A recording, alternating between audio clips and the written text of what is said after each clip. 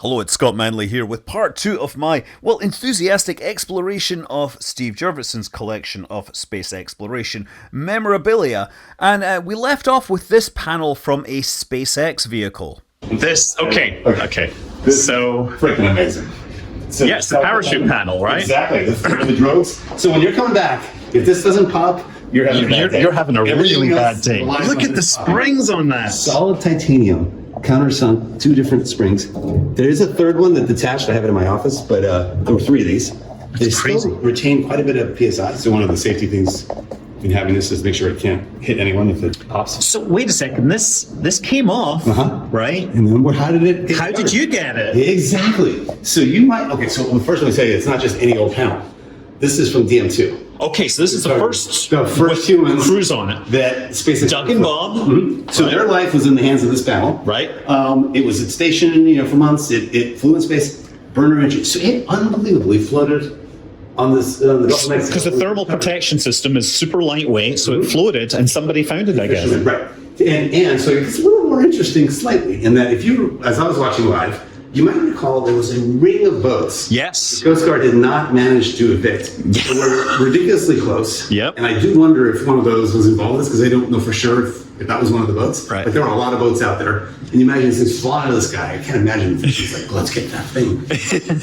But then when he thought about selling it, it was a little complicated because there's a bit of difference of opinion, let's say. As to who owns it. Any right to sell it. And what I can say for sure is that it would be hard to put this up for auction because it would get challenged by SpaceX as being their property. And by law, there is actually a law that says it doesn't matter if you're in international waters. It doesn't matter, this, all these theories people might have for, if it's a rocket, we own it. And it doesn't matter where it comes in. Right. Now, that hasn't been fully, how should you put this? Tested Yeah, under. ownership being 9/10 of the law. Yeah. They have, it's a complicated situation. So the elegant solution was I negotiated with this guy to say, I'd be willing to buy it from you with SpaceX's permission. Let's involve the legal team, make sure everyone's cool with that. Allow the engineers to come here and do their post-flight analysis that they needed to do. And then have it for this flight. Yeah. Space. It is a pretty amazing artifact. Oh my gosh. So this would be on the leeward side. I mean, it looks like it had. Wow. I'm wondering how much of that is during re-entry or just sitting around on the sea for some time. How I think it was recovered I believe. the day? Okay. I should ask him. I just assumed it was the day of. You should have definitely asked what Yeah. date it was How recovered. long did it have in the ocean? Yeah. That's a really good point. Because was it getting lapped by waves or? Yeah. Right, or was there something was water just attacking it? Here's a fun one. Oh, that's a crush core from a Falcon 9? Not a Falcon 9, but yeah, I was going to say, here's a fun test to see if you can guess what this is. It's I haven't even handed to you. It's from actually one of those. Let me feel if you this. look above you, you'll see a hint as to what it might have come from. Okay. Yeah, a spare leg used in testing for a lunar module. Oh, okay. So it's a lunar module, okay. Basically, single-use shock absorber. Yeah. Which is such a brilliant design. It is brilliant. Pre-crushed to, allow it to crumple. Yep. And then I love the story associated with the Apollo program with every landing was good enough that it didn't have a single leg crumple. Yep. And so none of these they were over-engineered essentially. Right. And so the ladder was off the lunar surface a bit more than anyone anticipated. Right, and Apollo 11 in particular, Yeah. they didn't shut the engine down until they were on the ground. They were supposed to see contact light, shut the engine and fall, and so they were higher off the ground than was planned. So Neil had the softest landing. The light, they were higher off the ground or So they were lower off the ground when they were on the ground when they shut the engine off. So they were supposed to see contact light, which was 6 feet or something, and then cut the engine and fall. Right. And Neil was like, I ain't doing that. I'm going to land flat. So the light did come on, but So he kept top It was flying. softer and so it had the softest landing. Yeah, I think Apollo 15 had the hardest one. It was sort of at an angle, and it was also at an angle. Yeah. So tell me what you think of this apocryphal story. So factually, first facts, what you just said, plus before they started the broadcast recording, Neil pointed out that it didn't compress as far as anticipated, and on the transcript told Buzz, I should just see if I can get down and back up again before we do the real thing. So he jumped down to the pad and then back up onto the ladder, didn't step on the moon, theoretically, well, not theoretically, in reality. But they argue that he wasn't on the moon, he was on the pad. He was on the pad. Yeah, and then they started recording.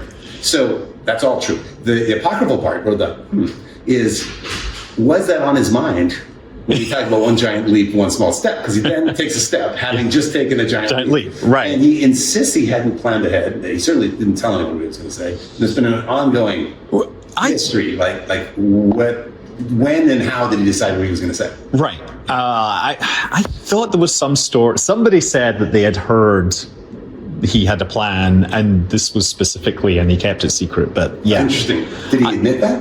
Or it's never really been clear. I think he's been challenged with those assertions and then denied almost anything anyone ever said. Right. But he's a very quiet, private individual. Who knows if it played it? Right. So that's why I say it's apocryphal. But Apollo 12, Alvin was like, that was one giant leap for Neil, but it's sort of one small step for Neil, but a giant leap for me. Yeah, he's the shorter dude. Anyway, so that's love the landing gear stories. I love those. Yeah.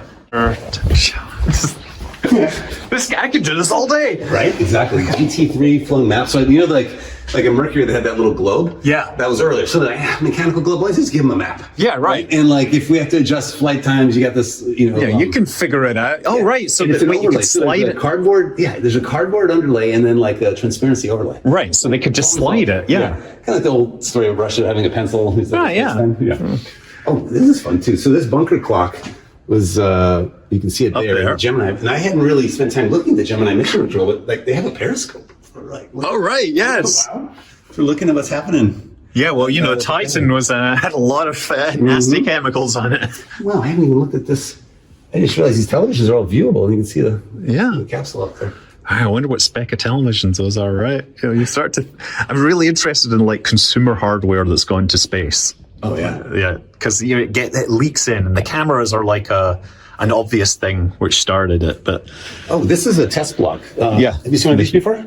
I haven't seen an Avcoat test block. Let me just get the dust off this one because we did some remodeling. I mean, I've seen how they make these. So the reason this exists is they did daily test blocks. So you have an operator who's got a gun-like thing that's putting this pressurized. Yeah, they're caulking it. Mm-hmm, exactly. Right. And then smoothing. And then if they made a mistake, they had a process of drilling it out and refilling it. So every day, using that day's materials, that day's state of mind, and they would build one so they knew a block, and all destructive testing and quality controls done. That's because the actual capsule is attached to it and it was not removable. Right. So you couldn't do, And then this was before flight, of course. I was joking that person's job description was caulk rocket.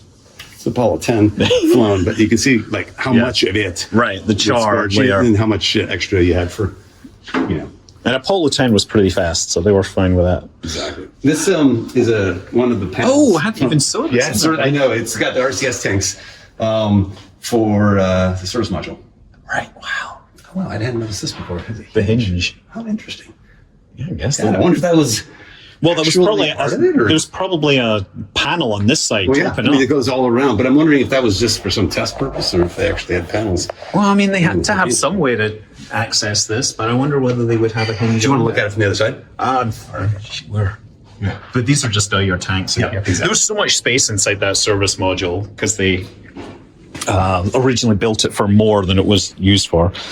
Original console from Johnson Space Center. For some people, that are even more impressed with using the movie. It was used in Apollo 13. So now the Russian program, anything labeled Mir was the ground simulator, like they had a testing thing, and that all got disassembled and sold off for parts. So a lot of these, anything that says Mir was not flown, and it's not indicated as such. Where a lot of the Soyuz stuff was, or particular portholes. This though, Sigma 7. Sigma 7. Actual panel with the logo flown. And you kind of remember the heroic, like look at all that is it's a ship that you wear rather than fly. Yeah, so they're doing like some micrometeorite analysis afterwards. Yeah. They trimmed off a little piece off the top and they kept the whole thing. I guess got to keep the panel, which is wild. Well, the paint that survived re-entry, and this wasn't any fancy, composition. This was just whatever they had sitting around. CCBB or something, or BBG. CC was the lady who painted it. Oh, right, yeah. Well, that's kind of cool. For the AOT and. Oh, yeah, for the Apollo telescope. Yeah. Yeah. Sorry, the sextant. The sextant. And related nav systems. And so what one panel is this from? This is a block 1, I believe. Yeah. Oh, right. Module panel, but it has all the, bus A, bus B, switches and such. Like, so a lot of Apollo a 13, like let's shut down like the bus overbolt. Right. Yeah, exactly. So, fuel cell indicators in the master caution. Oh man. Yeah. That's all your breakers. Yeah. Okay. Spare. Now this is interesting. This got deassessed from the Smithsonian and was up for auction as the Apollo 14 docking ring. Right. Right. And I was like, what do you mean the, like flown Apollo 14? How could that be? Right. Again, because the explosive wire. Yep. How? And then you look at the capsule that came back, and it's not like attached. It's not still It's attached. like it is missing from the Apollo 14 Right. spacecraft. But make a long story short, it didn't. This one didn't fly in space. It was they built 2 of everything. Again, same methods because this is all hand done. Before CAD CAM. They were trying to recreate a docking failure they had at Apollo 14. It took like 5 attempts. Right. Yeah. On that mission. So they were sending this thing all over the place on the ground trying to recreate the problem. And so that's why that one came out. This is LVDC hardware. Look at these. Core memory. Like very 3-dimensional.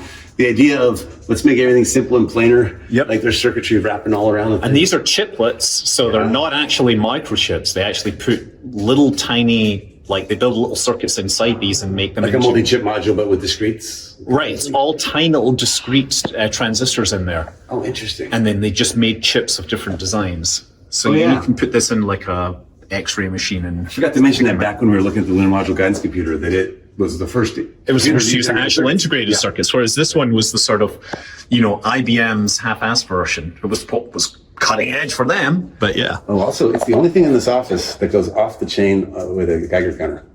The Lunar Module Guidance Computer is made out of, the shell is made out of thoriated magnesium. Yeah. Yep, but pretty harmless.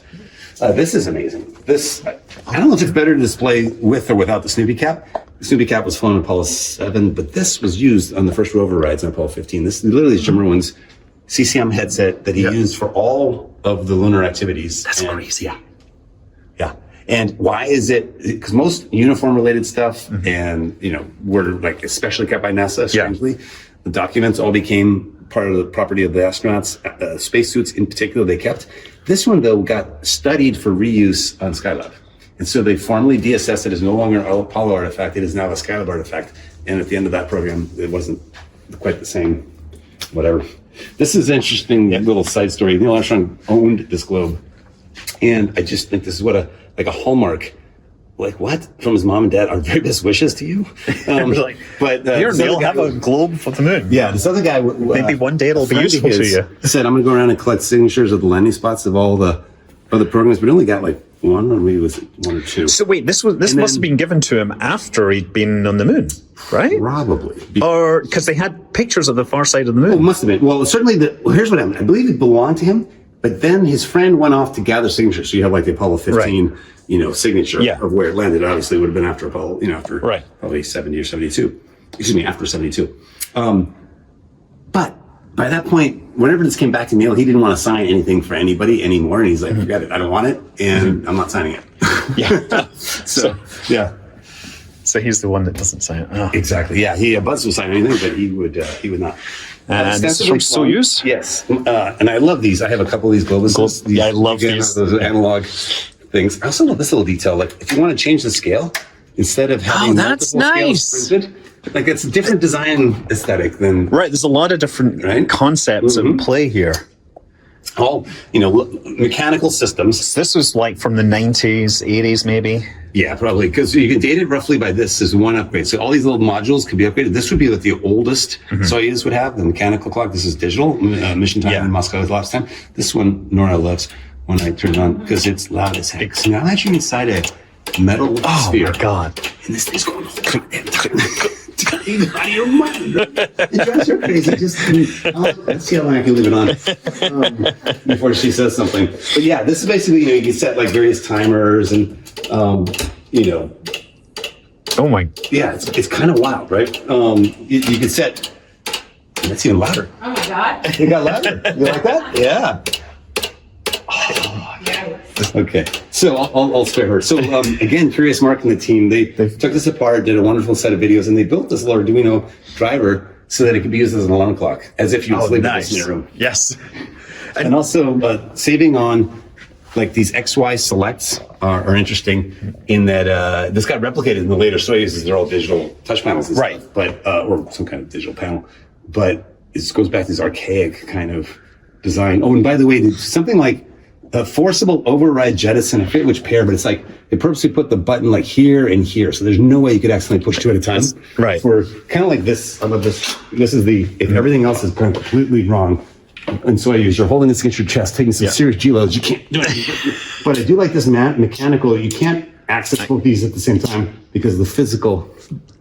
Interesting, right? But anyway, this would be I'm just manually controlling thrusters with no feedback whatsoever, and I hope I'm doing the right thing to try to do some attitude control when everything else has failed. That's wow. And I do love that the Russians assume everything might fail. So this periscope, which is it's called the visor. The visor, yeah. Here, it has a series of 8 prisms that effectively are a huge wide-angle lens. So you can see the horizon all the way around you, and then you can rotate the spacecraft to which direction you're going. So you can re-enter at the right angle, even not only with autopilots. Yeah. You can do it if you have no electricity. Yeah. You can Have do you- it yeah. with a purely mechanical re-entry. Have you seen the control panel from the one at Chabot, which is like the earliest generation of Soyuz? They somehow accidentally got a first generation Soyuz. Oh, wow. And so it has an even older version of the Globus and a much older version of the panel. I didn't know there was an older version of this. Oh, wow. I mean, this looks pretty old, but this one was like sitting out in a town square in Georgia for years. And you should definitely take a look at that panel because it's different for sure. This one's amazing. Yeah, From Voshka. 1964. This was again, Russia trying to get it first. Right. More than one person in So they put space. 3 people in there Exactly. with no Crash spacesuits. effort, right? One of them was a designer of it who basically thought this was unsafe. But they're like, "Oh, we'll make sure it's safe. You're flying." Right? It's kind of like the Russian flight. And a bunch of things went somewhat wrong. It wasn't Wasn't perfect. failure, but like this was one of the failure modes. This hatch didn't blow quite right, so it was taken out for study. But like 6 days later, they flew the 3 people after the first flight was not so great. Yeah. And I think I'm suspecting that when they heard the Gemini program, they're like, Jim, I don't know what that stands for. Yeah. 2? Let's send 3 and let's be first, right? Yeah. Let's see. I like this in my. Oh, wait, get it. Buran? Oh, there's all kinds of stuff. Oh, you like Buran? well, environmental control unit too. Right, but I mean, none of this stuff ever actually made it because, of course, never flew with crew. It was supposedly the most expensive thing Russia ever did. I wouldn't be surprised. And they copied it to the centimeter. Yeah. Because like when you don't have good, CFD tools and simulation, copying a known aircraft for a supersonic regime. Yep. It's easier way to go. I haven't done my research on this yet, but it's a data storage device with like, sorry. No, that's fine. Little holes. Oh, Isn't wait. that bizarre? Wait, so it's or like dots, maybe magnetic. Punch tape? No, I'm yeah. not sure. Well, you should be able to shine a light. That's not holes. Yeah, That's I guess maybe it's magnetic bumps. magnetic ink or something. And that's strange. It's not a repeating pattern. Yeah, but are it in horizontal lines? It doesn't even look like that. It doesn't look like it's vertical lines. So It could have been a helical format like some of the Ampex tapes. I don't know. But I have not done my work on this. Like the translation and all that. So yeah, that is a weird design. I don't know. I bet you someone knows. The great thing is I post stuff on the internet and immediately I get people like the So anyone who recognizes this, we're curious what's the story? Yeah. And it may have been aviation as well as aerospace. We're not 100% sure. In this particular case. But it's a data recorder of some sort. Some sort. I mean, This is an interesting. I love things when they weren't square. So IBM built for the instrument ring. Right, this is the Saturn V, basically the computer, the flight computer. right, this is the analog part, right? So this is the part that would take commands from the digital computer, and then it would be taking the inputs from the engines and actually steering the engines. Is that what this would do? I think so. I think this is. No, I haven't done my work on this. What I want to, the reason I've delayed is I'm just dying to take these screws off and see what it looks like inside. Right. So basically, the computer that IBM built wasn't fast enough to do real-time feedback on the engine sensors and then correct. So they had an analog system because that's what everybody did at the time. And so you have the logic. Almost like your reactors. Right, so your feedback, your systems are all analog, and then the higher level stuff was all digital. And Let's control things like if you're experiencing combustion instability, let's do a little millisecond shut off before you start. I'm not sure if it would do that. It's more like If you needed the rocket to point this direction, it would figure out how it would have a set of analog circuits that were all tuned that would turn the engine at the correct speed, and it wouldn't flex the rocket. So this wasn't controlling engine thrust as much as like gimbal angle. Yeah, there was no engine thrust, I don't think. There wasn't any engine thrust to control. They could turn it on or off. But I think that's what this is. I love this as Saturn V. And then computer you could have entered a different variant, but it's the fun. I also, do you know why they, on some of these boxes, have covered it with the silver tape? That's a good question. Because I've seen, at first I saw it here, I thought it was unique. Then I got one more. Yeah. It was partially done that way. And I'm like, what? And that's also part of the instrument. Yeah. Ring. What was that all about? Like, I wonder if they hit some kind of, what's the word? Oh, sorry, this is, this is this one was also covered, not everywhere though. Like, yeah, okay. on the side. Well, is covering the external surfaces. That one would be mated to a surface. So right. that's this why was in the ring. Yeah. Yep. This one was the, I just got these recently, measuring rock assembly. I have in Huntsville. Huntsville. This is on the ring, you'll see them, because of the radiant. I'm assuming this is not structural, but just for a little bit of extra thermal. It might be. That. Have to do more work on that one. Yeah. Oh, man. And then you're going to want to see this, of course. Of course, the seats. I got this recently to Charlie Duke. He was here just a couple of weeks ago. I didn't realize this, but this chair is entirely removable, the center one, for when they're doing the EVA, the standing EVA. They needed to get it out. Get the Simbay film. Yep. And so first off, these two are not mounted properly. And this is like block 1, block 2. But this is kind of cool. This has one neat feature. This is where Neil Armstrong would have been sitting. Yep. And it normally, is a little translation controller, but it has one additional feature. If you do this, that's the abort. That's what causes the tower to take you away, right? And you have to be very careful. So things that are like Apollo 12, everything's hitting the fan. This is where you're like, too long, or do I not twist? Right? Yeah. Luckily, it never got twisted. Thankfully, yeah. Yeah. So this also, until I had one of these, like every time I've seen a command module in a museum, you're looking through this window, yeah, looking down from above, right? And I'm like, okay, so if you look from there, you wouldn't maybe notice that this bends, this bends, this bends, this bends. The whole thing, of course, collapses up exactly out of the way once you're en route to the moon. Yeah, and you get more space when you don't have to have the seats in there. Exactly. You can't take the seats out, but you can fold them away. Exactly. Oh man. No, let's see. I can show you a couple things in here. Okay. There's more. Hard at work today, I can see. Oh yes, exactly. Yeah. Well, we'll be done soon if it's okay. So this fine. is one of my favorite things. I collected a much larger version of this. It's like maybe this big. Yeah. But specifically going around to all the missions to collect congratulations just after. Remember the first, yep, 3, right? Gen 1 Falcon 9 with a square thruster layout. The first connection with the station was sort of like to the Apollo generation. Wow, SpaceX actually got the station. Yeah. Right?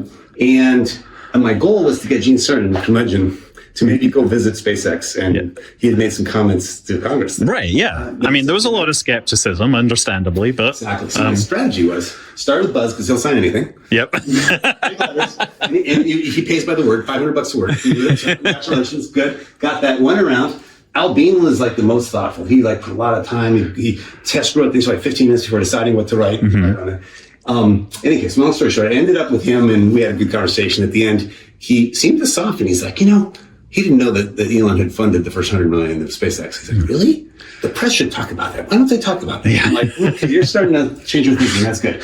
One last thing. So the larger version of this, the main purpose, I gave it to the company, and it's been hanging ever since in the front entryways. You go in the front entrance of SpaceX headquarters towards the main manufacturing area. Yeah. It's to the right. And what I didn't realize till later is there's a slightly different version. In that this version, David Scott says, the first leap of many giant steps to Mars, 3 exclamation points. Yeah. Right? So he didn't mention Mars in the other one. Right. But he was like, even that far back. They were thinking, like, it was a thing. Go SpaceX, go Mars. Do you want to hold Mars? Oh, yes. Chunk of Mars. Perhaps the second largest in private hands. Chromite extensions. Looks like Mars. So when you look at all those photos from the surface, this is what they look like. And for people who collect meteorites, you know how you figure this out is isotope ratio. Right. You figure you find a perfect match in the oxygen fractionation line. But in this particular case, this is one of 4 meteorites from Mars that also trapped air bubbles. Yeah. And they didn't do it on this particular one, but they have on another one like it drilled in and sample that little pocket of air, and it's a perfect match to the Martian atmosphere. Right. So it's pretty amazing. Oh man, but yeah, meteorites from Mars. Yeah. They have This to. is the big one from the moon. That's bigger than anything in Colorado. Tech. So this is moon. Yeah, they had a lot more force bringing this back. Yeah. Right? Wild. It's like really differentiated machines Yeah. there. It's Breccia. All kinds of stuff. Then there's all kinds of different like this. There's so many good ones. If you like meteorites, this is the weirdest one. It's the oldest volcanic rock. So these crystals are insane. Some of them formed in very, very long cooling periods in the presence of water, and it's ancient, like by far older than any other that has been seen. Unknown, source body. Right. Yeah. To give you a sense, I have a sliver of one, or a slice, just to show you how long these crystals can get. It's insane. Check this out. Ooh, it's like kryptonite. Well, let me put my. This is much better when backlit. Oh yeah. Oh, okay. Yeah. Right. These are olivine crystals. Very sweet. Oops, that are like in the Earth. These would be formed in our mantle. Yeah. In fact, somewhere here I have one of those crystals. Yeah. So this is an Earth or a terrestrial one, just to give you a sense of similarity. Right? Yeah, olivine. Yeah. Yep. Exactly. Yeah, I know just enough about meteorites to get me into trouble. I'll say that. Like, They're amazing. yeah. Amazing stories behind them. Oh, I know. And the amazing stories will continue in part 3. I'm Scott Manley. Fly safe.